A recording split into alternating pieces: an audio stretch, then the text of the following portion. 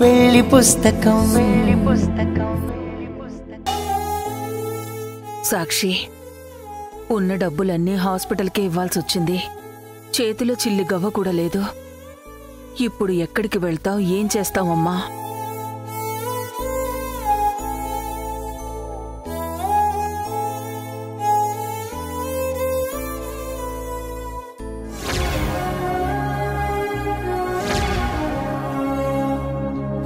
సిద్ధు గుర్తొస్తున్నాడా సాక్షి? పాపం సిద్ధు, నేను లేనని తెలిసి ఎంత బాధపడుతున్నాడో.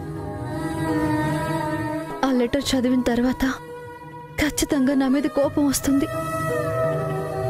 టిఫిన్ అయినా తిన్నాడో లేదో. నందు గారు నా మీదున్న కోపం నందు గారు సిద్ధు మీద చూపించకపోతే చాలు. కన్న కొడుకుని ప్రేమగా చూసుకోవడం నందుకి తెలియదనుకుంటున్నావా?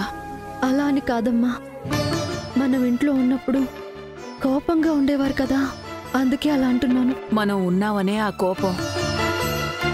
ఇప్పుడు బయటకు వచ్చేసాం కదా, సంతోషంగానే ఉంటాడో. సిద్ధుని ఏ లోటు లేకుండా చూసుకుంటాడో.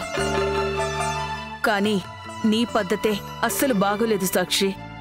నేనేం చేశానమ్మా? నువ్వు లేకపోతే సిద్ధు బాధపడతాడని తెలిసే కదా బయటకొచ్చావు. నిర్ణయం మార్చుకోనని కరాఖండిగా చెప్తున్నావు. అలాంటప్పుడు ఇంకా సిద్ధు గురించి ఎందుకు ఆలోచిస్తున్నావు?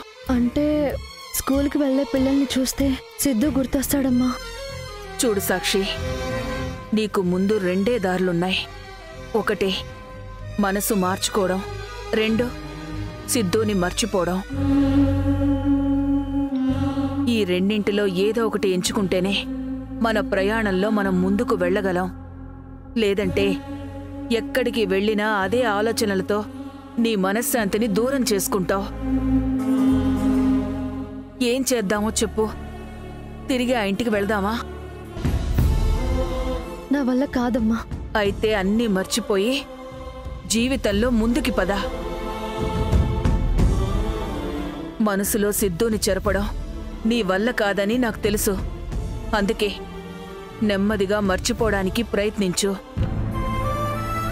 నా మాటలు నీకు కష్టంగా ఉన్నా ఇదే నిజమమ్మా. సిద్ధు గురించి ఆలోచిస్తూ కూర్చుంటే నీకంటూ ఎవరుంటారు? నీ మీద నమ్మకంతో, నువ్వున్నావన్న ధైర్యంతో నీ ప్రతి నిర్ణయాన్ని సమర్థిస్తున్నాను. అలాంటిది నువ్వు బాధగా ఉంటే తట్టుకునే శక్తి ఈ గుండెకి లేదమ్మా. అర్థం చేసుకో. అమ్మా అన్న పిలుపుకి అలవాటు పడ్డ ప్రాణం కదమ్మా. వెంటనే మర్చిపోవడం కష్టంగా ఉంది, కానీ అలవాటు చేసుకుంటానమ్మా. నువ్వు చెప్పినట్టుగానే నెమ్మదిగా సిద్ధు గురించి ఆలోచనలు తగ్గించుకుంటాను. వీలైనంత వరకు సిద్ధు జ్ఞాపకాలు నా మనసులోకి రాకుండా చూసుకుంటాను. నీ నిర్ణయం మాటల్లో చెప్పినంత సులువు కాదని నాకు తెలుసు తల్లి.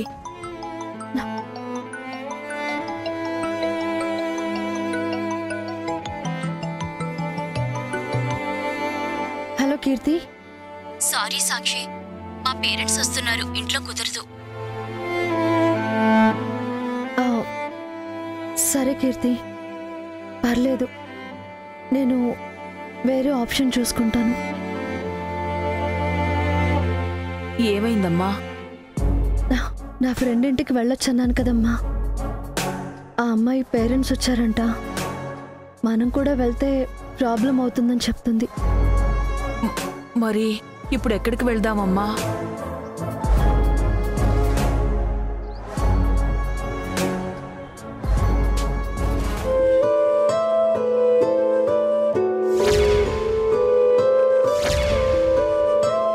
సిద్ధు, అమ్మా,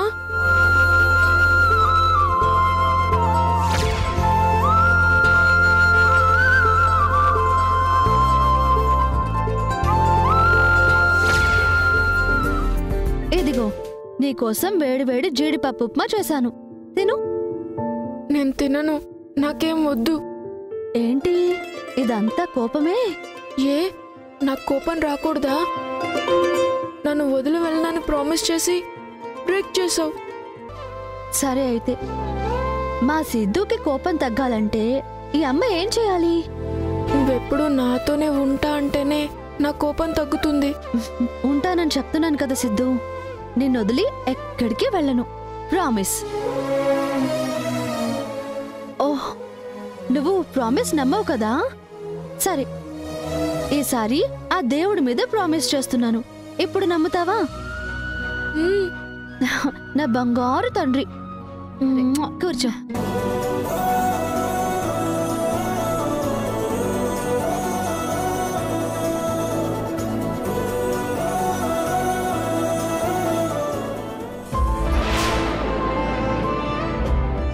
అమ్మా అమ్మా అమ్మా అమ్మా అమ్మా అమ్మా అమ్మా అమ్మా అమ్మా అమ్మా ఎక్కడున్నావమ్మా?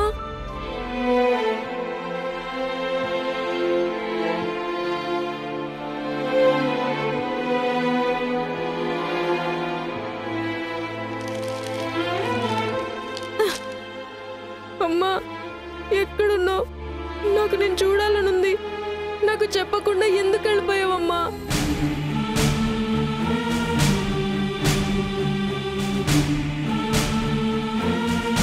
సిద్ధు, అమ్మ వస్తుందని చెప్పాను కదా, అయినా ఎందుకు ఏడుస్తున్నావు?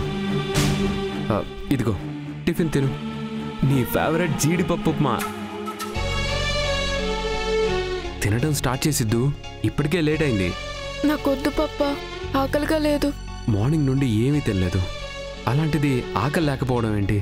నాకు తినాలని లేదు పప్ప. పోనీ పాలు తాగుతావా? నాకేం వద్దు. వద్దంటే ఎలారా? ఏం తినకుండా స్కూల్కి వెళ్తే నీరసం వస్తుంది. నేను డ్రాప్ చేస్తానని చెప్పాను కదా, తొందరగా తింటే మనం బయలుదేరదాం. లేదంటే నాకు ఆఫీస్కి నీకు స్కూల్కి ఇద్దరికీ లేట్ అవుతుంది. పప్పా, నేను స్కూల్ బస్సులో వెళ్తాను, నువ్వు ఆఫీస్కి వెళ్ళు. మరి టిఫిన్? ఇది ప్యాక్ చేసుకుని స్కూల్లో తింటాను. నిజంగా తింటావా? అవును పప్పా. సరే. ఈవినింగ్ స్కూల్ నుంచి వచ్చిన తర్వాత మనిద్దరం బయటికి వెళ్దాం. నీ ఫేవరెట్ ఐస్ క్రీమ్ కొంటాను, సరేనా? ఓకే పప్పా. సిద్ధు, నువ్వు దేని గురించి ఆలోచించొద్దు, బాధపడద్దు. నీకు నేనున్నానని మర్చిపోవద్దు, సరేనా? సరే సిద్ధు, నాకు ఆఫీస్కి లేట్ అవుతుంది. నువ్వు స్కూల్కి రీచ్ అయిన వెంటనే నాకు మెసేజ్ చేయి, ఓకేనా? ఓకే పప్పా. బాయ్ సిద్ధు. బాయ్ పప్పా.